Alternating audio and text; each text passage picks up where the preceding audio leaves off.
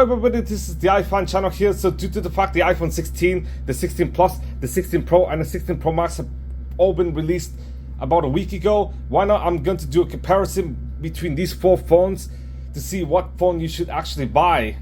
Because I know many of you guys have been shopping for phones recently, but I've been seeing most of you guys been shopping for the 16 Pro, 16 Pro Max, and I do assume there might be some clientele shopping for the regular 16s, so why not? Let's go.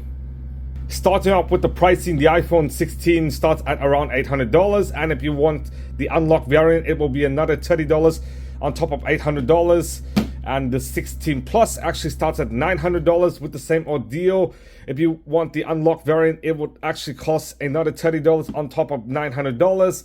And they both come in 3 storage capacities: 128 gigs, 256 gigs, and 512 gigs. And next up is the iPhone 16 Pro, which actually starts at $1,000 without any price difference between the carrier locked and unlocked versions.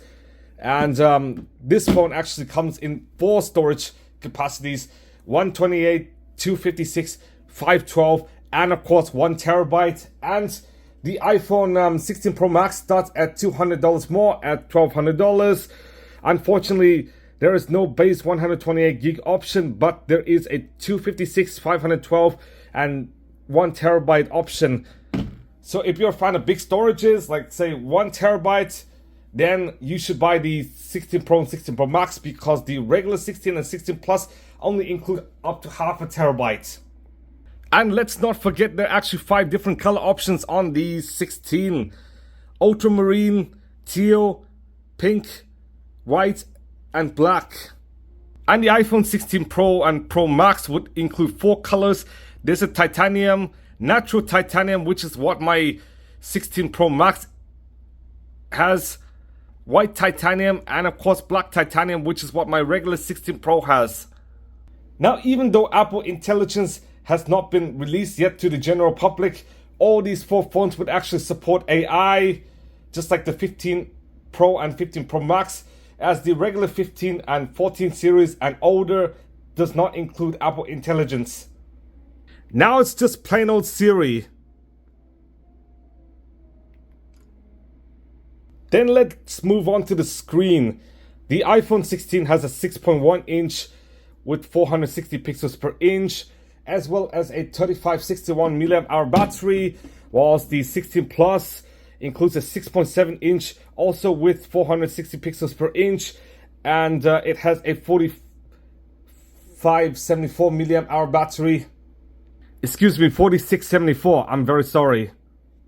And the iPhone 16 Pro does have a slightly larger 6.3 inch display with a battery capacity of 3582 mAh, which is bigger than that of the 15 Pro from last year. As you can see, it is also 460 pixels per inch. And finally, the iPhone 16 Pro Max is a 6.9 inch, which makes it 0.2 inches bigger than that of the 15 Pro Max. And it is also 460 pixels per inch. And it actually has a 4685 mAh battery. So the battery is going to be quite big. And I'll order to you guys the battery life. Despite having more features on the Pro, ironically the Pro does have a better battery than that of the regular models. Now, even though there are actually design changes on the front for the Pro models, in the back there are actually design changes for the regular iPhone models. As you can see, with the new vertical camera cutout rather than the diagonal camera cutout, just like seen on the 13, 14, and 15, just like I mentioned in the unboxing video. But even though the camera cutout is actually reminiscent of the iPhone 10, 10s, regular 11 and 12, there is actually no changes to the USB-C. Both phones do have USB-C, but at slightly different transfer speeds. The Pro actually has USB 3.0 with a max transfer speed of 10 gigabits per second, whilst the regular 16 only has USB 2.0 with a max transfer speed of 480 megabits per second, which is much slower, but not really noticeable amongst, say, the regular users. But for connoisseurs, the Pro might be much faster. And one feature which hasn't changed is actually the brightness. because these four phones all have a max brightness up about 1000 nits indoors, 1600 nits with HDR, and about 2000 nits outdoors. Now moving on to design. As for the regular 16, there is actually aluminium siding with color infused glass, which makes the edges and sides quite smooth over here compared to that of the 14 and prior models. And the 16 Pro also does have like quite smooth glass, but this time it is actually titanium with matte glass on the rear, and both are actually ceramic shields, so both are quite durable, to be honest. This is the 16 Pro design. And all four phones do support, you guessed it, IP68 water resistance rating, which you could actually put any of these phones in 6 meters of H2O water for up to 30 minutes and they would still be fine. And one new feature what has dropped to town is actually, you guessed it, the action button on the regular 16. The 15 Pro does have action button, and the 16 Pro is actually the second gen of Pro iPhones to actually utilize the action button. But now the action button has gone to the regular iPhones instead of the silent switch. Now the silent switch is totally dead, as you can see over here. However, the 120Hz ProMotion display is limited to that of the Pro series. So not the regular ones. The regular ones still utilize the old 60Hz display, which even a $40 phone from Walmart, yes, the Moto G Play actually does have, you guessed it, 90Hz. And I do believe that at least Apple should at least implement like 90Hz on their cheapest phones, because 60Hz is kind of criminal. But I do believe, due to performance constraints, 90Hz on like the Moto G Play at Walmart just isn't so viable. Even though the regular user would not notice it, the aficionado would actually notice the difference between 60 and 120 frames.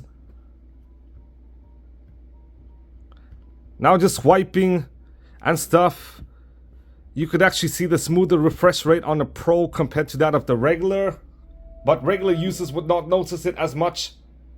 And now moving on to performance. Why not? Let's test the Geekbench scores between all of these phones, both CPU and GPU. So why not? Let's run the benchmarks.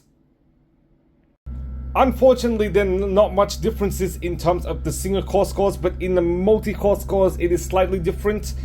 As let me tell you guys, there are two different processor units, the A18 and the A18 Pro. The A18 is actually a 6-core with 2 performance cores and 4 efficiency cores. The 2 performance cores are actually about 4.04 gigahertz, and the 4 efficiency cores are about 2.1 gigahertz or 2.3 gigahertz. I don't really know, because the spec sheets are not entirely reliable. And there's actually a 5-core GPU, and there's actually 8 gigs of LPDDR5 RAM, whilst the A18 Pro is actually a 3nm 6-core. Also, yes, 2 performance cores which are around 4.04 gigahertz and 4 efficiency cores which are around 2.3 gigahertz, with a 6-core GPU instead of a 5-core GPU, and of course 8 gigs of LPDDR5 RAM. And due to the disparate number of cores in the GPU, why not let's check the GPU to see if there's any noticeable improvement between the 16 Pro and the regular 16. The GPU tests are finished, and there is a noticeable difference between that of the Pro and the regular iPhones. Now let's move on to battery charging speeds. All 4 phones could actually support up to 45 watts, up from about 27 watts, and for a 20 watt charger, you would expect from 0 to 50 in about 30 to 35 minutes, depending on the model you have. And charging to full from 0 would take about 90 to 100 minutes. I'm thinking of doing a battery or speed test to see, but it seems like the 16 Pro does have a slightly shorter battery life than really any phone here. And it could show, because it is the only phone not at 100%. Now, I would assume most of you guys would buy the 20 watt charger, because they're actually diminishing returns for buying the larger 45 watt charger, kind of like using the Tesla supercharger every single day over, like, say, a municipal charger or an at-home charger. And now on to the Wi-Fi test. All these 4 phones do support Wi-Fi 7 802.11 BE standards with Bluetooth 5.3 because unfortunately Bluetooth 6 has not come out yet, as well as the 2nd generation ultra wideband chip. And due to the fact we want to make this test more fair and less biased towards a certain phone, I'm going to configure all the settings to be the exact same, and then I'm just going to select go. Now the results are going to be in soon. And even with all the streamlining, you still have like disparate results over here with the 16 Pro regular performing the best, and the regular 16 and 16 Plus performing the worst at the download category for the 16 regular, and of course the upload category for the 16 Plus. Now, as you guys all know, if you live in the US, then the iPhone 16 and 16 Pro are eSIM only. There is no SIM card slot. But if you're in another country, then I would assume there's actually a SIM card slot. And finally, let's move on to the cameras. As you can see, both of these phones do have slightly different cameras, with the 16 having a 2-camera setup, whilst the 16 Pro has a 3-camera setup. And let me describe to you guys. The 16 does have 2 cameras, a 48 megapixel 1.6 aperture as a primary camera, and alongside the 12 megapixel 2.2 aperture camera, which is actually the ultra wide camera. Both cameras actually work together to create shots which are then converted to 24 megapixel shots that are sharp and bright in the dark. And Smart HDR5 is actually included in the camera. A 48 megapixel ultra wide camera with an aperture of 2.2, and of course a 12 megapixel telephoto camera with an aperture of 2.8.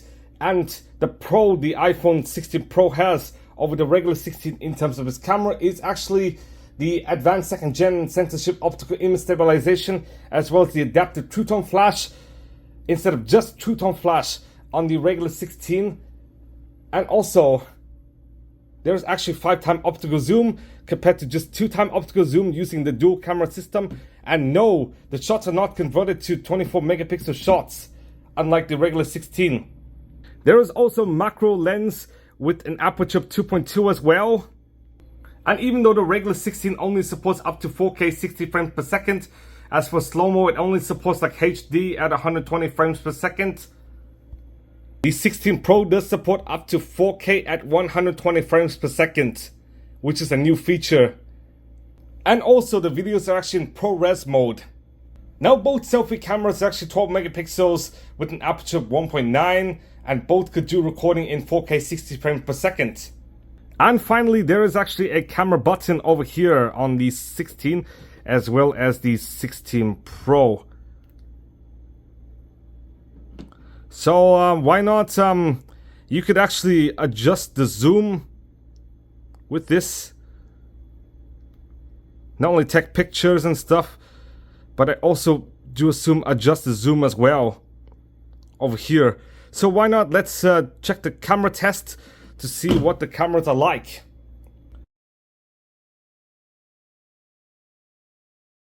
Now starting with the rear camera, the exposure looks a bit more accurate on the 16 Pro Max and not too saturated. And same deal goes for the selfie. As you can see, not too saturated on the 16 Pro Max and more vivid. Then using the ultra wide lens, then 2x zoom, then finally 5x zoom, where we could see the 16 Pro Max is sharper and not muted, and then to the low light where there is more contrast and slightly more white balance on 16 Pro Max, and then outside.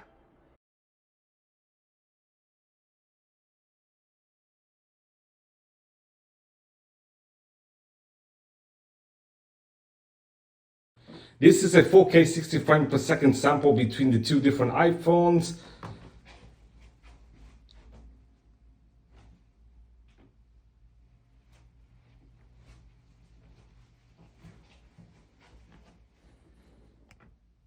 Okay guys, now starting with the selfie samples over here.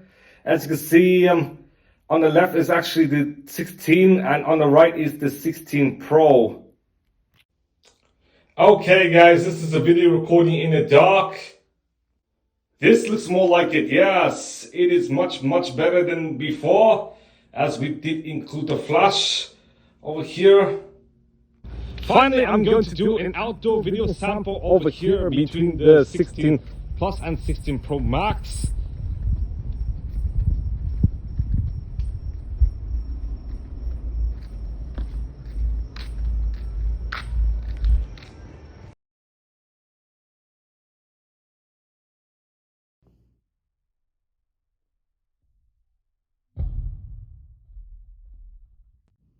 Okay guys, the final thing I'm going to compare is actually the size and weight.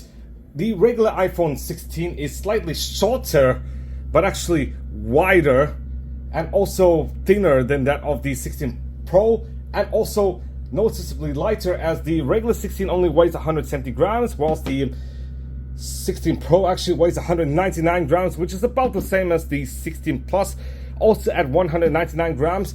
And the 16 Pro Max is of course heaviest at about 227 grams. So there you go. Now it's time for the conclusion. If you want, like, say, a smaller phone, then go for the 16 and 16 Pro. But if you're on a budget, then the 16 should be good enough. It is actually readily available, unlike that of the 15 Pro, which you do have to buy from the refurbished market, which might not always be in stock, unfortunately. And if you want a bigger screen and a bigger battery, say if you go out for a long time, then the 16 Plus and 16 Pro Max would be the best for you. And if you're on a budget, of course, the 16 Plus or 15 Pro Max. But the 16 Plus is actually readily available, unlike the 15 Pro Max.